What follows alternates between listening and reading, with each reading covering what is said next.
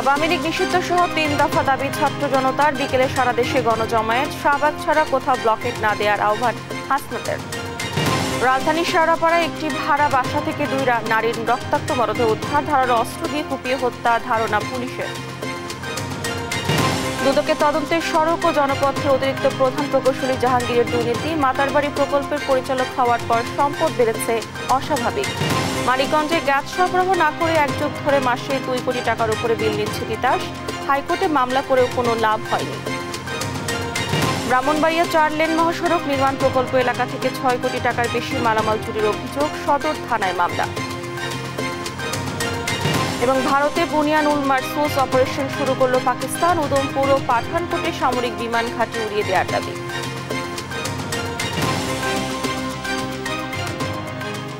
আমন্ত্রণ সংবাদ সকালে। দেখছেন শিরোনামগুলো, সঙ্গে আছি আমি ডানা ইসলাম। এবারে বিস্তারিত। আওয়ামী লীগকে নিষিদ্ধ না করে ঘরে ফিরবে না বলে ঘোষণা দিয়েছে এনসিপি। যমুনা ঘেরাও কর্মসূচি শেষে শুক্রবার রাতে শাহবাগ থেকে দলের নেতারা 3 দফা দাবি ঘোষণা করেন। দাবি আদায়ে শনিবার বিকেলে সারা দেশে গণজমায়েত কর্মসূচি দিয়েছে দলটি। এইচ হিমেলের প্রতিবেদন। ক্ষমতাচ্যুত আওয়ামী লীগকে নিষিদ্ধ করার দাবিতে বৃহস্পতিবার রাত থেকে প্রধান উপদেষ্টা ডক্টর মোহাম্মদ ইউনূসের বাসভবন যমুনার সামনে অবস্থান নেন জাতীয় নাগরিক পার্টির নেতাকর্মীরা। শুক্রবার দুপুরে ইসলামী আন্দোলন বাংলাদেশ সহ আরও কয়েকটি দল তাদের সঙ্গে যোগ দেয়। এ সময় এনসিপির দক্ষিণাঞ্চলের মুখ্য সংগঠক হাসনাত আব্দুল্লাহ বলেন, আওয়ামী লীগ নিষিদ্ধের রাজনৈতিক দল নয়, আলোচনায় বসতে হবে শহীদ পরিবারের সঙ্গে। আওয়ামী লীগকে কোন কারণে রাজনৈতিক দল মনে হয় আমরা স্পষ্ট করে বলতে চাই, ডক্টর মোহাম্মদ ইউনূস আপনাকে আলোচনা করতে হবে মুগ্ধর মায়ের সাথে, আপনাকে আলোচনা করতে হবে স্নিগ্ধর মায়ের সাথে, আপনাকে আলোচনা করতে হবে ওয়াসিমের মায়ের সাথে, আপনাকে আলোচনা করতে হবে আবু সাইদের বাবার সাথে। ইনকিলাব মঞ্চের মুখপাত্র শরীফুল ইসলাম হাদি প্রশ্ন তুলেন, ছাত্রলীগকে নির্বাহী আদেশে নিষিদ্ধ করা গেলে আওয়ামী লীগকে নিষিদ্ধ করা যাবে না কেন? এই জুলাইয়ের সরকারের এতদিনে গণহত্যার বিচারের জন্য প্রসব বেদনা শুরু হওয়ার কথা ছিল, তার এমনই বেদনা শুরু হয়েছে। সেই বেদনায় সে ফ্যাসিবাদের খুনি আওয়ামী লীগের রাষ্ট্রপতিকে পালাতে দেয় নাই, প্রোটোকল দিয়ে বিদেশ পাঠিয়ে দিয়েছে। এ সময় ইসলামী আন্দোলনের নেতারা শাপলা চত্বর, পিলকানা ও জুলাই গণহত্যার বিচার সহ আওয়ামী লীগ নিষিদ্ধের দাবি জানান। যে আওয়ামী লীগ মানুষের উপর অত্যাচার করছে, জুলুম করছে, মানুষকে হত্যা করছে, এই আওয়ামী লীগ তাদের ব্যানারে নিয়ে আর এই দেশের রাজনীতির জন্য করতে না পারে, এই দাবি নিয়ে আমরা আজকে উপস্থিত হয়েছি। আমরা যে ফ্যাসিস্ট সরকারকে 5 আগস্টের মধ্যে বিতাড়িত করছি, যে আমরা চাই তাদের পূর্ণ বিচার এবং বাংলাদেশের মধ্যে আওয়ামী লীগকে নিষিদ্ধ ঘোষণা করা। আব্দুল হামিদ বিগত সরকারের প্রেসিডেন্ট, সে কিভাবে গেল? এর সাথে 3 জন পুলিশ কর্মকর্তাকে সাসপেন্ড করে কোনো লাভ নাই। আমাদের উপদেষ্টাদের মধ্যে যারা জড়িত তাদেরকেও ছুঁড়ে ফেলতে হবে। দাবি আদায়ে বিকেলে শাহবাগে জড়ো হন আন্দোলনকারীরা। এইচ হিমেল, দেশ টিভি, ঢাকা। গণহত্যাকারী ও ফ্যাসিস্ট আওয়ামী সরকারের বিচার নিশ্চিত ও নিষিদ্ধের দাবিতে দেশজুড়ে অবস্থান কর্মসূচি পালন করেছে সর্বস্তরের জনতা।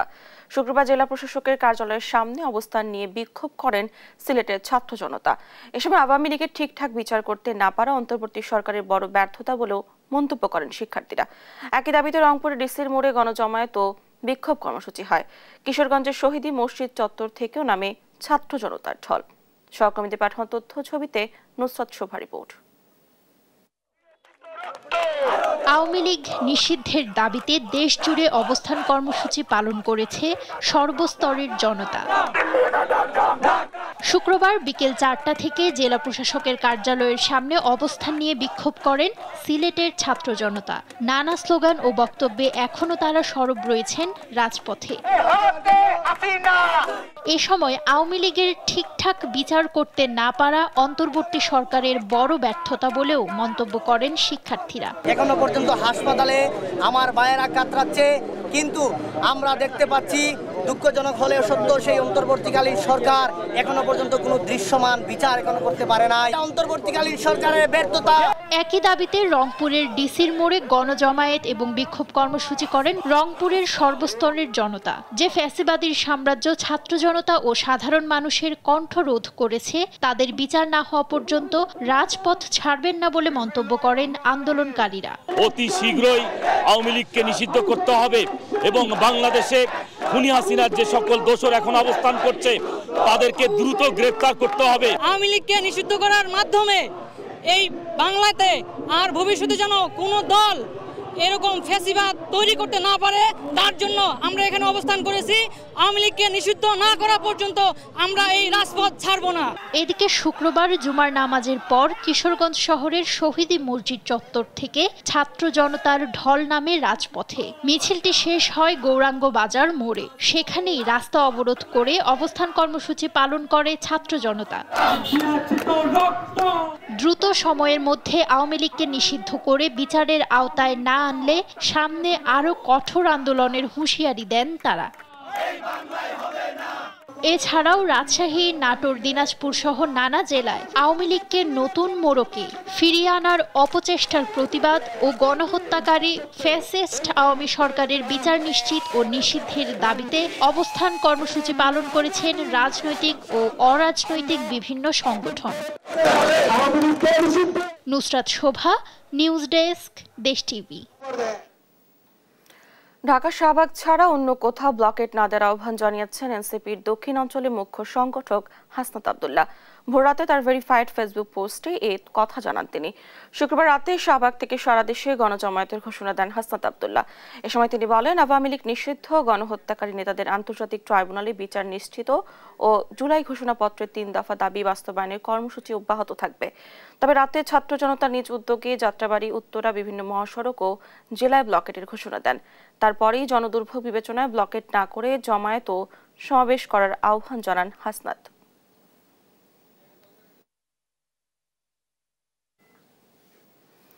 বাকশাল কায়েম করে শেখ মুজিবুর রহমান 1974 সালে বিশেষ ক্ষমতা বলে যে কালো আইন প্রতিষ্ঠা করেছিলেন, সেই আইনের 19 ধারায় আওয়ামী লীগ নিষিদ্ধ করা সম্ভব বলে দাবি করেছেন অ্যাটর্নি জেনারেল মোহাম্মদ আসাদুজ্জামান।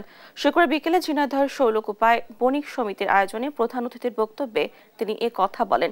তিনি আরো বলেন, জাতিসংঘের রিপোর্টে উল্লেখ করা হয়েছে জুলাই বিপ্লবে 2000 মানুষ খুন হয়েছে, 30,000 মানুষ পঙ্গু হয়েছে। এর পিছনে একমাত্র অবদান আওয়ামী লীগের। আওয়ামী লীগ নিষিদ্ধের ক্ষমতা সরকারের হাতে আছে।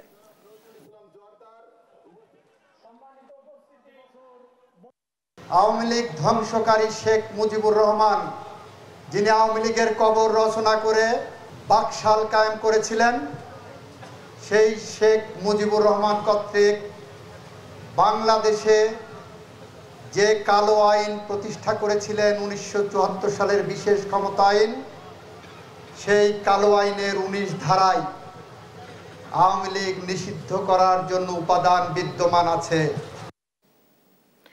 রাজধানীর শেওড়াপাড়ায় একটি ভাড়া বাসা থেকে 2 নারীর রক্তাক্ত মৃতদেহ উদ্ধার করেছে পুলিশ। নিহতরা হলেন বাংলাদেশ অভ্যন্তরীণ নৌ পরিবহন কর্তৃপক্ষের অবসরপ্রাপ্ত কর্মকর্তা 61 বছর বয়সী মরিয়ম বেগম এবং তার 52 বছর বয়সী বোন সুফিয়া বেগম। গতরাতে তাদের লাশ উদ্ধারের পর ময়নাতদন্তের জন্য মর্গে পাঠানো হয়। পুলিশের ধারণা, ধারালো অস্ত্র দিয়ে কুপিয়ে তাদের হত্যা করা হয়েছে। তবে কে বা কারা এতে জড়িত, কি কারণে হত্যা করা হয়েছে তা তাৎক্ষণিকভাবে জানা যায়নি। মরিয়ম বেগম 20 বছরের বেশি সময় ধরে ওই বাসায় থাকতেন বলে জানা যায়। ব্রাহ্মণবাড়িয়ায় লাইনচ্যুত বগি উদ্ধারের পর স্বাভাবিক হলো ঢাকার সঙ্গে চট্টগ্রাম ও সিলেটের রেল যোগাযোগ। এ নিয়ে আলোচনাতে সরাসরি যুক্ত হচ্ছেন সহকর্মী মেহেদি নূর পরশ। পরশ, বর্তমান পরিস্থিতি কেমন দেখছেন জানাবেন? ব্রাহ্মণবাড়িয়া রেল স্টেশনের আওতায় স্থানে 2টি গ্রুপে লাইনচ্যুত 11 ঘন্টা উদ্ধার শেষে কিন্তু আপলাইন এবং ডাউনলাইনে ট্রেন স্বাভাবিক হয়েছে। শুক্রবার সকাল 9টার দিকে ট্রেন চলাচল শুরু হয়। আমাদের এই বিষয়ে জানিয়েছেন যে উদ্ধারকারী দল 11 ঘন্টা পর উদ্ধার কাজ চালিয়ে কিন্তু তারা ট্রেন চলাচল স্বাভাবিক করেছে। তবে কি কারণে এই দুর্ঘটনা ঘটেছে তা তিনি বলেছেন যে তদন্ত করে দেখা হবে। তো আমি তো আপনাকে জানিয়ে রাখি, দুইটি ট্রেন একই স্থানে লাঞ্ছিত হওয়ার পরে কিন্তু যে রেলওয়ে ট্রেনের যে শিডিউল, একটা বড় ধরনের শিডিউল বিপর্যয় দেখা দিয়েছে। আমি এখন বাউন্ডারি রেলওয়ে স্টেশনে রয়েছি। এই রেল স্টেশনে যেসব যাত্রী রয়েছেন তারা কিন্তু প্রায় দীর্ঘক্ষণ পরে তারা কিন্তু এখানে বসে রয়েছেন ট্রেন শিডিউল বিপর্যয়ের কারণে। তাদের কিন্তু গন্তব্যস্থলে সঠিকভাবে তারা কিন্তু যেতে পারছে না, তার ফলে তারা কিন্তু একটা দুর্ভোগে পড়েছেন বলে আমাকে জানিয়েছে। তো রেলওয়ে স্টেশনের মাস্টার যেটি আমাকে জানিয়েছেন, দুর্ঘটনা কবলিত যে মালবাহী ট্রেনের বগিটি ভোর 4:50 এবং কক্সবাজার এক্সপ্রেসের বগিটি সকাল 9টার দিকে কিন্তু উদ্ধার করা হয়। তবে দুর্ঘটনায় ক্ষতিগ্রস্ত রেল লাইন এবং স্লিপার মেরামতের কাজ কিন্তু শেষ হয়েছে। তিনি বলছেন যে এখন আপ লাইন এবং ডাউন লাইনের ট্রেন চলাচল শুরু করেছে। তো আমি যদি আপনাকে একটা তথ্য দিয়ে রাখি যে দুটি স্থানে যে ঘটনাটি ঘটেছে, এই ঘটনায় কিন্তু রেলের কিন্তু টিম এসে কিন্তু তারা কিন্তু এখানে তারা তদন্ত করছেন। তদন্ত শেষে কিন্তু তারা আমাদেরকে জানাবে কি কারণে মূলত এই ঘটনা ঘটেছে। তো সার্বিক বিষয় যদি আমি বলে রাখি যে দুটি বগি যে লাঞ্ছিত হয়েছিল, লাঞ্ছিত হওয়ার ফলে কিন্তু যে রেলের যে বিপর্যয়ের কারণে যেসব যাত্রীরা রয়েছে রেল স্টেশনে অবস্থান করছেন, তারা মূলত বিভিন্ন স্থানে যাওয়ার জন্য কিন্তু অপেক্ষা করছেন। তো এই ট্রেনের যে শিডিউল বিপর্যয় কিন্তু বলছে আর কিছুক্ষণ পর কিন্তু আর থাকবে না, পুরোপুরি চালু হয়ে যাবে। তো এ ছিল আমার কাছে সর্বশেষ। পরশ, ধন্যবাদ আপনাকে। ব্রাহ্মণবাড়িয়া লাইনচ্যুত বগি উদ্ধারের পর স্বাভাবিক হলো ঢাকার সঙ্গে চট্টগ্রাম ও সিলেটের রেল যোগাযোগ। এ নিয়ে জানাচ্ছিলেন আমাদের সহকর্মী। নোয়াখালী বেগমগঞ্জে ট্রাকের ধাক্কায় সিএনজি অটোরিকশার 2 যাত্রী মা জামিল সুলতানা ও মেয়ে ফাতেমা আক্তার নিহত হয়েছেন। শুক্রবার রাত 8টায় আমিনবাজার এলাকায় এই দুর্ঘটনা ঘটে। এতে সিএনজি চালক সহ আরো 2 জন আহত হন। চন্দ্রগঞ্জ থেকে চৌমুহনী যাওয়ার পথে বিপরীত দিক থেকে আসা বেপরোয়া গতির একটি ট্রাক সিএনজিকে ধাক্কা দিলে ঘটনাস্থলে মামের মৃত্যু হয়। ঘটনার পরপরই ঘাতক ট্রাকটি পালিয়ে যায়। খবর পেয়ে পুলিশ ঘটনাস্থল পরিদর্শন করেন এবং দুর্ঘটনার শিকার সিএনজি অটোরিকশাটি উদ্ধার করে। পুলিশ জানায় এই ঘটনায় আইনগত ব্যবস্থা প্রক্রিয়াধীন। 5 শতাধিক কর্মী নিয়ে রাজধানীর লালবাগ এলাকায় পরিচ্ছন্নতা অভিযান চালিয়েছে ঢাকা দক্ষিণ সিটি কর্পোরেশন। শনিবার সকালে ঢাকা দক্ষিণ সিটি কর্পোরেশনের প্রশাসক জানান, জুন থেকে 23টি ভ্রাম্যমাণ আদালতের মাধ্যমে চলবে মশক নিধন কার্যক্রম। অভিযানে উপস্থিত ছিলেন জানিয়েছেন পল্লী উন্নয়ন ও সমবায় মন্ত্রণালয়ের স্থানীয় সরকার বিভাগের সচিব মোহাম্মদ রেজাউল মাকসুদ জাহিদি। এ সময় তিনি বলেন, মশক নিধনে শুধু সিটি কর্পোরেশন নয়, প্রয়োজন নগরবাসীর সহযোগিতা। আসন্ন বর্ষায় মশার উপদ্রব কমাতে নিজ নিজ বাড়ির আঙিনা পরিষ্কার রাখার আহ্বানও জানান তিনি। জনগণকে যদি আমরা এই প্রক্রিয়ার সাথে যুক্ত করতে না পারি, তাহলে আমাদের এককভাবে এই প্রসেসটা আমরা সফল করতে পারবো না। এই কারণে আমরা তাদেরকে অ্যাওয়ার করতে চাচ্ছি। আমরা এই এলাকার জনসাধারণ মা বোন সবাইকে বলতে চাচ্ছি যে আপনারা আপনাদের নিজ বাড়ির আঙ্গিনা, বাসার ভিতরে কোথাও কোনো পাত্রের জন্য 3 দিনের বেশি পানি জমে না থাকে, বাসার ভিতরে যেন ময়লা আবর্জনা না থাকে, সেগুলো আপনারা নির্দিষ্ট পাত্রে রাখবেন এবং আমাদের যারা নিয়মিত ময়লা নিয়ে যায় তাদের হাতে দিবেন এবং নিজ আঙ্গিনা পরিষ্কার রাখবেন। আয়কর নথিতে নেট সম্পদ দেখিয়েছেন মাত্র 4 কোটি টাকা, অথচ তিনি কয়েকশো কোটি টাকার মালিক। বলছি সড়ক ও জনপথ অধিদপ্তরের অতিরিক্ত প্রধান প্রকৌশলী জাহাঙ্গীর আলমের কথা। সর্বশেষ মাতারবাড়ি কেন্দ্রের প্রকল্প পরিচালক হওয়ার পর বিদ্যুৎ গতিতে বেড়েছে তার অস্বাভাবিক অর্থের পরিমাণ। তার দুর্নীতির বিরুদ্ধে স্বৈরাচার আমলে তদন্ত হলেও তা ধামাচাপা দিয়েছেন বারবার। এবার দুদকের তদন্তে বেরিয়ে এসেছে তার দুর্নীতির ভয়াবহ চিত্র। বিস্তারিত ফজলে আদিত্যের বিশেষ প্রতিবেদনে।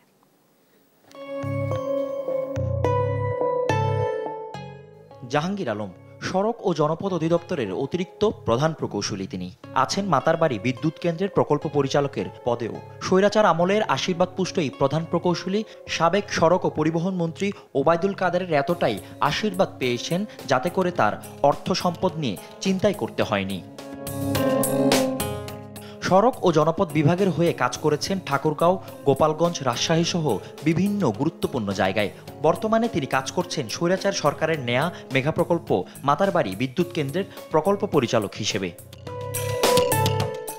প্রকল্প পরিচালক জাহাঙ্গীর আলমের বিরুদ্ধে ওঠা অনিয়মের কারণে সড়ক সেতু মন্ত্রণালয়ের বারবার তদন্তের সম্মুখীন হলেও সেই সময়ে তার বিরুদ্ধে কোনো ব্যবস্থা নিতে পারেনি সংস্থাটি। তার বিরুদ্ধে অভিযোগ উঠলেও সৌজের ঊর্ধ্বতন কর্মকর্তাদের ঘুষ দিয়ে সুবিধাজনক অবস্থানে নিজেকে বদলি করিয়ে নিতেন সাথে সাথেই। জাহাঙ্গীর আলম সরকারি চাকরি হতে গত 10 বছরে তিনি বেতন পেয়েছেন মাত্র 98 লাখ টাকা। তবে মাতারবাড়ি বিদ্যুৎ কেন্দ্রে পদোন্নতি হওয়ার পর থেকেই বিদ্যুতের গতিতে বাড়তে থাকে তার অস্বাভাবিক অর্থ। নিজ নামে 94 ব্যাংক হিসেবে জমা ও উত্তোলনপূর্বক লেনদেন করেছেন প্রায় 128 কোটি টাকা ও 77টি এফডিএ সহ মোট লেনদেনের পরিমাণ 138 কোটি 31 লাখ টাকা। এমন তথ্য উঠে আসে খোদ দুদকের অনুসন্ধানে। অনুসন্ধানের পর দুদকের আবেদনের প্রেক্ষিতে জাহাঙ্গীর আলম ও তার স্ত্রী নুসরাত জাহানের দেশ থেকে নিষেধাজ্ঞা দেয় মহানগর দায়রা জজ আদালত। অভিযোগের বিষয়ে এই কর্মকর্তার সঙ্গে ফোনে বারবার যোগাযোগের চেষ্টা করলেও তাকে পাওয়া যায়নি।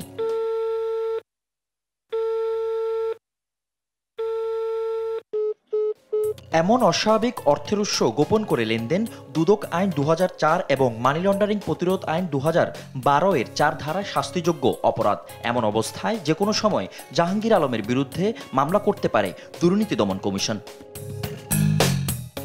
ফজলে আদিত্য, দেশ টিভি, ঢাকা। মানিকগঞ্জে গ্যাস সরবরাহ না করে গত 1 যুগ ধরে প্রতি মাসে 2 কোটি টাকার উপরে বিল নিচ্ছে তিতাস গ্যাস কোম্পানি। আন্দোলন সংগ্রামের পাশাপাশি হাইকোর্টে মামলা করেও কোনো লাভ হয়নি আবাসিক গ্রাহকদের, বরং জনগণের গ্যাসের দাবিতে মিছিলে পুলিশের গুলিতে আহত, মামলায় জেল জুলুম হয়রানির শিকার হয়েছেন অনেক গ্রাহক। দিশেহারা গ্রাহকরা এখন সংযোগ বিচ্ছিন্ন করায় ব্যস্ত। এদিকে এ বিষয়ে মন্তব্য করতে নারাজ তিতাস গ্যাস কর্তৃপক্ষ। সহকর্মী আব্দুল আলিমের প্রতিবেদন, জানাচ্ছেন টুম্পা আফরোজ। 2010 সাল থেকেই কমতে থাকে মানিকগঞ্জে গ্যাস সরবরাহ। 2012 সালের শুরুতে চলে আসে একেবারে শূন্যের কোটায়। গ্যাস না পেলেও মাসে 2 কোটি টাকার উপরে বিল পরিশোধ করতে হচ্ছে গ্রাহকদের। এর প্রতিবাদে 2014 সালে মানিকগঞ্জ পৌর মেয়র রমজান আলীর নেতৃত্বে নিরবচ্ছিন্ন গ্যাস সরবরাহের দাবিতে মিছিলে পুলিশের টিয়ার শেল ও গুলিতে আহত হন মেয়র, সাংবাদিক ও সাধারণ মানুষ। এ সময় পুলিশের করা মামলায় জেল জুলুম হয়রানির শিকারও হয়েছেন অনেক গ্রাহক। একদিকে গ্যাস বিল, অন্যদিকে বিকল্প জ্বালানি হিসেবে সিলিন্ডার ও লাকড়ির খরচ মেটাতে দিশেহারা গ্রাহক। শুধু আবাসিকেই নয়, সিলিন্ডার স্টেশন সহ বাণিজ্যিক সংযোগেও মিলছে না গ্যাস। নিরুপায় হয়ে এখন সংযোগ বিচ্ছিন্ন করায় ব্যস্ত অনেকে। গ্যাস দেখ, আমাদের বিল নেই। এখন গ্যাসই যদি না থাকে তাহলে এই যে বিলগুলো দেওয়া হচ্ছে, এগুলো তো আমি কিছু বুঝতেছি না। 2012 সাল থেকে আমাদের কোনো লাইন নাই, তারপরে এতদিন বিল দিচ্ছি আসবে বলে, তাও গ্যাস আসে নাই। তারপরেও বাধ্য হয়ে 2 বছর আগে আমি লাইন কাটিয়ে দিছি এবং আমার দেখা দেখি আশেপাশে আরও অনেক লোকই লাইন কাটিয়ে দিছি। বর্তমান সরকারের কাছে আমাদের দাবি, এটার একটা সমাধান, সুষ্ঠু একটা গ্যাসটা জানি চালু হয়। মানিকগঞ্জ তিতাস গ্যাস সূত্র মতে, গ্রাহক অনুযায়ী জেলায় দৈনিক 22.6 mmCFD চাহিদার বিপরীতে পাওয়া যাচ্ছে 11.8 mmCFD গ্যাস। 21,773টি ডাবল ও 1,109টি একক চুলা, 17টি সিএনজি পাম্প ও 43টি শিল্প কারখানা মিলে শুধু আবাসিকেই প্রতি মাসে বিল করা হয় 2,35,14,750 টাকা, যা বছরে দাঁড়াচ্ছে 29,53,53,000 টাকায়। এ বিষয়ে জানতে তিতাস গ্যাস জেলা আঞ্চলিক অফিসে গেলে কোনো মন্তব্য করতে রাজি হয়নি কর্তৃপক্ষ। তবে সমস্যা সমাধানে তিতাস গ্যাসের ঊর্ধ্বতন কর্তৃপক্ষ ও জ্বালানি মন্ত্রণালয়ে যোগাযোগ করা হচ্ছে বলে জানান জেলা প্রশাসক। সচিব মহোদয়ের সাথেও কথা বলেছি, জ্বালানি উপদেষ্টা মহোদয়ের সাথেও কথা বলেছি, যাতে এই গ্যাসের সমস্যাটা নিরসন হয়। মানিকগঞ্জে গ্যাস সংকট নিরসনে দ্রুত ব্যবস্থা নেবে কর্তৃপক্ষ, এমন প্রত্যাশা সবার। নিউজ ডেস্ক, দেশ টিভি। ব্রাহ্মণবাড়িয়ার আশুগঞ্জ নৌবন্দর থেকে আখাউড়া স্থলবন্দর পর্যন্ত 4 লেন মহাসড়ক নির্মাণ প্রকল্প এলাকা থেকে 6 কোটি টাকারও বেশি মালামাল চুরির অভিযোগ করেছে ঠিকাদারি প্রতিষ্ঠান আফকন ইনফ্রাস্ট্রাকচার। 8 দিনে 14টি স্থান থেকে মূল্যবান মালামাল চুরি হয়। রাষ্ট্রীয় উন্নয়ন প্রকল্পের এসব মালামাল উদ্ধারের দাবি সংশ্লিষ্টদের। মেহেদিনুর বরসের রিপোর্ট, জানাচ্ছেন নুসরাত শোভা। বাংলাদেশ ভারত বাণিজ্য সম্প্রসারণের লক্ষ্যে 2020 সালে শুরু হয় আশুগঞ্জ নৌবন্দর থেকে আখাউড়া স্থলবন্দর পর্যন্ত 4 লেন মহাসড়ক নির্মাণ কাজ। ভারতীয় ঋণ সহায়তা এবং বাংলাদেশ সরকারের যৌথ অর্থায়নে 5,791 কোটি টাকায় এটি বাস্তবায়ন করছে ভারতীয় ঠিকাদারি প্রতিষ্ঠান এফকনস ইনফ্রাস্ট্রাকচার লিমিটেড। প্রকল্প এলাকা থেকে মূল্যবান মালামাল চুরি হয়েছে বলে অভিযোগ তুলেছে প্রতিষ্ঠানটি। এ নিয়ে গেল 4 মে ব্রাহ্মণবাড়িয়ার সদর থানায় অজ্ঞাতদের আসামি করে মামলা করা হয়। মামলায় বলা হয়, সরকার পতনের পর প্রতিষ্ঠানে কর্মরত ভারতীয় কর্মকর্তারা ভারতে এবং বাংলাদেশি শ্রমিকরা নিজ নিজ বাড়িতে চলে যান। এই সুযোগে 5 আগস্ট থেকে 12 আগস্ট পর্যন্ত রামরাইল ক্যাম্প, পুনিয়াউট, সুলতানপুর, রাধিকা সহ অন্তত 14টি স্থানে প্রকল্পের মালামাল চুরির ঘটনা ঘটে। মোট 6,42,42,540 টাকার মালামাল চুরি হয়। আমাদের এই প্রজেক্ট থেকেও শুনছি, আমরা ছুটিতে ছিলাম সেই সময় 5 আগস্টের সময় অনেক মালামাল হারাইছে বা অনেকেই ফেরত দিয়েছে। রাস্তার মধ্যে সব জায়গায় মালামালগুলি বিভিন্ন পয়েন্টে পয়েন্টে মালামাল ছিল, আমাদের ক্যাম্পে মালামাল ছিল, ওই ইয়াতে প্যাকেজ 1-এও মালামাল ছিল, প্যাকেজ 2-তেও মালামাল ছিল। তো এই মালামালগুলি বিভিন্ন সময় রাতের বেলা বা দিনের বেলা অনেকেই ইয়াটা করছে, চুরি করে নিয়ে গেছে। এদিকে নির্মাণ কাজের জন্য গুরুত্বপূর্ণ এসব মালামাল তদন্ত করে উদ্ধারের দাবি ঠিকাদারি প্রতিষ্ঠানের এই কর্মকর্তার। I need the material because it was very costly. It was very costly because ultimately that theft material I should have to return back to that equipment. I should have to return back to India. সাক্ষ্য প্রমাণের ভিত্তিতে দ্রুত দোষীদের আইনের আওতায় আনা হবে বলে জানিয়েছেন পুলিশ সুপার। এই সংশ্লিষ্ট অভিযোগ আমাদের কাছে আসার পরে আমরা মামলাটি রেকর্ড করেছি। তো এটা এখন তদন্ত পর্যায়ে আছে। আমরা যদি সুনির্দিষ্ট সাক্ষ্য প্রমাণের ভিত্তিতে আসামি গ্রেফতার করব এবং আইনগত প্রতিযোগিতা চলমান। 2 দফা মেয়াদ বাড়িয়ে 2025 সালের জুন মাসে প্রকল্পের কাজ শেষ হবার কথা। তবে মালামাল চুরি হওয়ার কারণে নির্ধারিত সময়ে কাজ শেষ হওয়া নিয়ে দেখা দিয়েছে অনিশ্চয়তা। নিউজ ডেস্ক, দেশ টিভি। বরেণ্য সঙ্গীত শিল্পী, গবেষক, লেখক মুস্তাফা জামান আব্বাসী মারা গেছেন। সকালে বনানীর একটি হাসপাতালে তিনি মারা যান। মৃত্যুকালে তার বয়স হয়েছিল 87 বছর। বেশ কিছুদিন ধরে বার্ধক্যজনিত নানা জটিলতায় ভুগছিলেন মুস্তাফা জামান আব্বাসী। গতকাল শ্বাসকষ্ট নিয়ে হাসপাতালে ভর্তি হয়েছিলেন। পরে আজ ভোর 5:30টায় তিনি শেষ নিঃশ্বাস ত্যাগ করেন। মুস্তাফা জামান আব্বাসী উপমহাদেশের এক প্রখ্যাত সঙ্গীত পরিবারের সন্তান। পিতা আব্বাস উদ্দিন আহমেদ পল্লীগীতির কিংবদন্তি শিল্পী। এদেশের পল্লী সঙ্গীতকে তিনি প্রথম বিশ্বের দেশে জনপ্রিয় করেছেন। চাচা আব্দুল করিম ছিলেন পল্লীগীতি ও ভাওয়াইয়া ভাটিয়ালি গানের জনপ্রিয় শিল্পী।